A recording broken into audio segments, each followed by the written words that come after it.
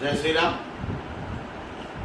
ఇటీవల భారత్ పాకిస్తాన్ యుద్ధ సమయంలో అమరులైనటువంటి మన భారతీయ వీర జవాన్లకు, ముఖ్యంగా మన తెలుగు తేజం మురళీ నాయక్కు నివాళులర్పిస్తూ ఒక దేశభక్తి గీత ఆలాపన.